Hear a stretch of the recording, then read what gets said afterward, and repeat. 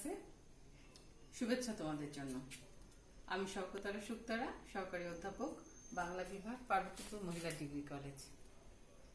উচ্চ মাধ্যমিক একাদশ ও দ্বাদশ শ্রেণীর প্রথম পত্র সাহিত্য পাঠ থেকে আমাদের পড়ানো শুরু হবে। এটি বোর্ড বই, তোমাদের আগে সিলেবাসটা দিয়ে দিয়েছি। তোমরা ইতিমধ্যে অনেকেই হয়তো সাহিত্য পাঠ বইটি কিনে ফেলেছো। তো সাহিত্য পাঠ বিভিন্ন কবিতা, গল্প, প্রবন্ধ তার মধ্যে আছে। তো আমরা সেটা শুরু করার আগে একটু ইতিহাসটা জেনে নিই সাহিত্যের। তো সেই ক্ষেত্রে বাংলা সাহিত্যের ইতিহাসে বলতে গেলে বাংলা সাহিত্যের আদি নিদর্শন কি? বাংলা সাহিত্যের আদি নিদর্শন হচ্ছে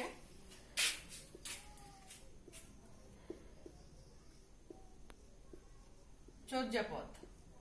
তোমরা নিশ্চয় নাম শুনেছো চর্যাপদ। তার পুরো নাম হচ্ছে, ওইটার পুরো নাম হচ্ছে চর্যাদিচর্য বিনিশ্চয়। এটা হরপ্রসাদ শাস্ত্রী, তিনি নেপালের রাজদরবার থেকে উদ্ধার করেছিলেন। 23 জন, মতান্তরে 24 জন পদকর্তা, এখানে 50টি পদ সন্নিবেশিত আছে। তো এই চর্যাপদ বাংলা সাহিত্যের একটা আদি নিদর্শন। তোমাদেরকে এটা বলছি বারবার করে যে চর্যাপদটাকে তোমরা মনে রেখো, কারণ চর্যাপদ প্রত্যেকটা ভাষার সাহিত্যেরই, কিন্তু প্রত্যেকটা ভাষার যে সাহিত্য আছে সেটি সাহিত্য শুরুই কিন্তু কবিতা দিয়ে। আমাদের চর্যাপদে যে পদগুলি আছে সেটা কবিতার ছন্দে লিখিত। দ্বিতীয়ত আসি আমরা সাহিত্য কি। সাহিত্য কি, সাহিত্য আমরা কেন পড়ি, সাহিত্য কিভাবে সৃষ্টি, এগুলি বলতে গেলে বলতে হয়। অনেকে অনেকভাবে সংজ্ঞায়িত করেছেন। তার মধ্যে রবীন্দ্রনাথ ঠাকুরের যে সংজ্ঞাটা, সেটা আমি মেন্টালি এটাকে খুবই বেশি হৃদয়ে ধারণ করেছি, আমি পছন্দ করি এবং খুবই যথোপযুক্ত আমার কাছে মনে হয়। সেটা হচ্ছে কি, রবীন্দ্রনাথ ঠাকুর এভাবে সাহিত্যের সংজ্ঞা দিয়েছেন: অন্তরের জিনিসকে বাহিরে, ভাবের জিনিসকে ভাষায়, নিজের জিনিসকে বিশ্ব মানবের এবং ক্ষণকালের জিনিসকে চিরকালের করে তোলার নামই হচ্ছে সাহিত্য। সাহিত্য বলতে তিনি কি বুঝিয়েছেন, এটা মনে রেখো। চমৎকার করে তিনি বলেছেন যে নিজের মধ্যে আমি একটা কল্পনা করছি, সাহিত্যিক সেটাকে কল্পনা করে, সেটাকে ভাষা সমৃদ্ধ করে এবং এটা বিশ্ব মানবের করে তোলে এবং চিরকালের হয়ে থাকে। সাহিত্যটা চিরকালের হয়ে থাকে। আচ্ছা, এরপরে আসি আমরা সাহিত্য সৃষ্টির উপকরণ কি। সাহিত্য সৃষ্টির উপকরণ হিসেবে আমরা বলি যে বিশ্ব প্রকৃতি হতে পারে, ভগবান হতে পারে, মানুষ হতে পারে, জীব জগৎ হতে পারে, সবকিছুই কিন্তু সাহিত্যের উপকরণ হতে পারে। তো সাহিত্যের উপকরণ আসলে মানুষের কল্পনার জগৎ তো বিশাল, এটা তো লিমিটেশন নাই, তাই না? তো মানুষ অনেক কিছুই কল্পনা করতে পারে। এ কারণে তিনি বলেছেন যে বিশ্ব প্রকৃতি হতে পারে, ভগবান হতে পারে, মানুষ হতে পারে, জীব জগৎ হতে পারে। আচ্ছা, তারপরে এই সাহিত্যিকরা আবার সাহিত্যকে দুটো শ্রেণীতে বিভক্ত করেছেন। একটা বলেছেন ভাবের সাহিত্য, আর একটা বলেছেন জ্ঞানের সাহিত্য। এই জ্ঞান এবং ভাব, এই দুই সাহিত্যকে একত্রিত করে তারা এভাবে বর্ণনা করেছেন। এটা হচ্ছে প্রবন্ধ, এটা হচ্ছে গল্প, এটা হচ্ছে কবিতা,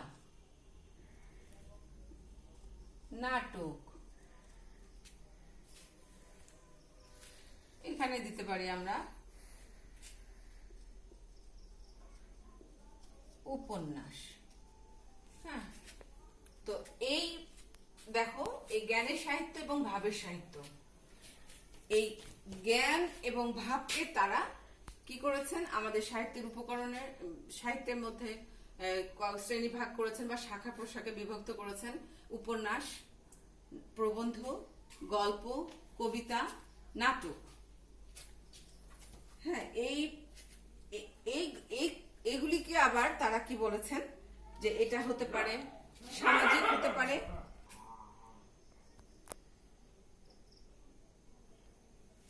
সাহিত্যের এগুলি যে শাখা, তাই না? এই শাখা তো আমরা বলছি যে উপন্যাস, প্রবন্ধ, গল্প, কবিতা, নাটক ইত্যাদি। এইগুলি কিভাবে এরকম হতে পারে যে সাহিত্য এটা হতে পারে সামাজিক, কোনোটা হতে পারে ঐতিহাসিক, কোনোটা হতে পারে রাজনৈতিক, ধর্মীয়, ব্যঙ্গাত্মক, আত্মজীবনী, ভ্রমণ কাহিনী, বিজ্ঞান ভিত্তিক, কাল্পনিক এবং রূপকথারও সাহিত্য সৃষ্টি হতে পারে। তোমরা বুঝতে পারছো কথাগুলি, যে আমাদের কল্পনার জগৎ কিন্তু বিশাল, এখানে লিমিটেশন নাই। তুমি একজন বিজ্ঞানীকে ধরো যে তিনি একটা নির্দিষ্ট বিষয় নিয়ে চিন্তা করবেন এবং সেটা সলিউশন কিভাবে দিবেন, যে এই সেই, কারণ সে তো একটা নির্দিষ্ট জিনিস নিয়ে চিন্তা করছে। কল্পনা তার কাছে কল্পনা কিন্তু বিষয় না, তার কাছে বাস্তবতা।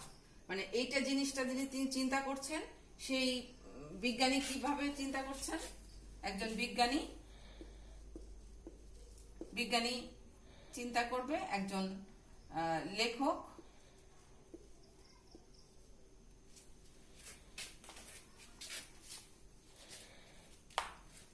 একজন সাহিত্যিক এটা বাস্তববাদী, এটা হচ্ছে কল্পনা প্রসূত। মানে তার ভাবনা চিন্তায় হবে, বিজ্ঞানী যিনি, তার ভাবনা হবে একটা নির্দিষ্ট জিনিসকে নিয়ে এবং সেখানে বাস্তবতা থাকবে, বা তার যে সেখানে কোনো কল্পনার কথা থাকবে না। তিনি সরাসরি বলবেন এই সেই, তার মধ্যে একটা মানে দৃঢ়তা থাকবে। আর সাহিত্যিক কি বলবে? এই যেন সেই। অর্থাৎ সাহিত্যিকের চিন্তা ভাবনা হচ্ছে কল্পনা প্রসূত। তিনি এই জগৎটাকে নিয়ে, বিশ্ব ব্রহ্মাণ্ডকে নিয়ে, হ্যাঁ, তিনি চিন্তা করবেন, কল্পনা করবেন, ভাববেন, তার আবেগ সেখানে সংযোজন করবেন।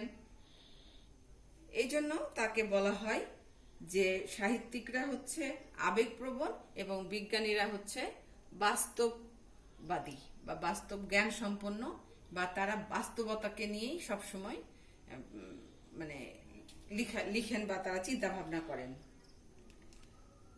তো এই কারণে আমরা বলছি যে সাহিত্য সৃষ্টির আসলে কোনো নির্দিষ্ট সীমারেখা নেই, নির্দিষ্ট কোনো গণ্ডি নেই। আমরা কল্পনার কি কোনো নির্দিষ্ট সময় সীমা আছে বলো?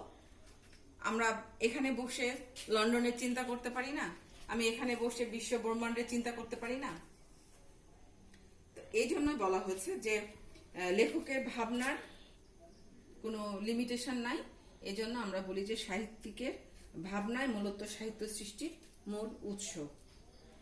এখানে আবেগ থাকবে, কল্পনা থাকবে এবং সেগুলিকে সম্বল করে তিনি সাহিত্য সৃষ্টি করবেন। তো আজকে এ পর্যন্তই। আমরা সামনের দিন আমাদের নির্দিষ্ট যে পাঠ আমরা সেখানে চলে যাব। ততক্ষণ পর্যন্ত সবাই ভালো থাকো। শুভেচ্ছা আবারও তোমাদের জন্য। আল্লাহ হাফেজ।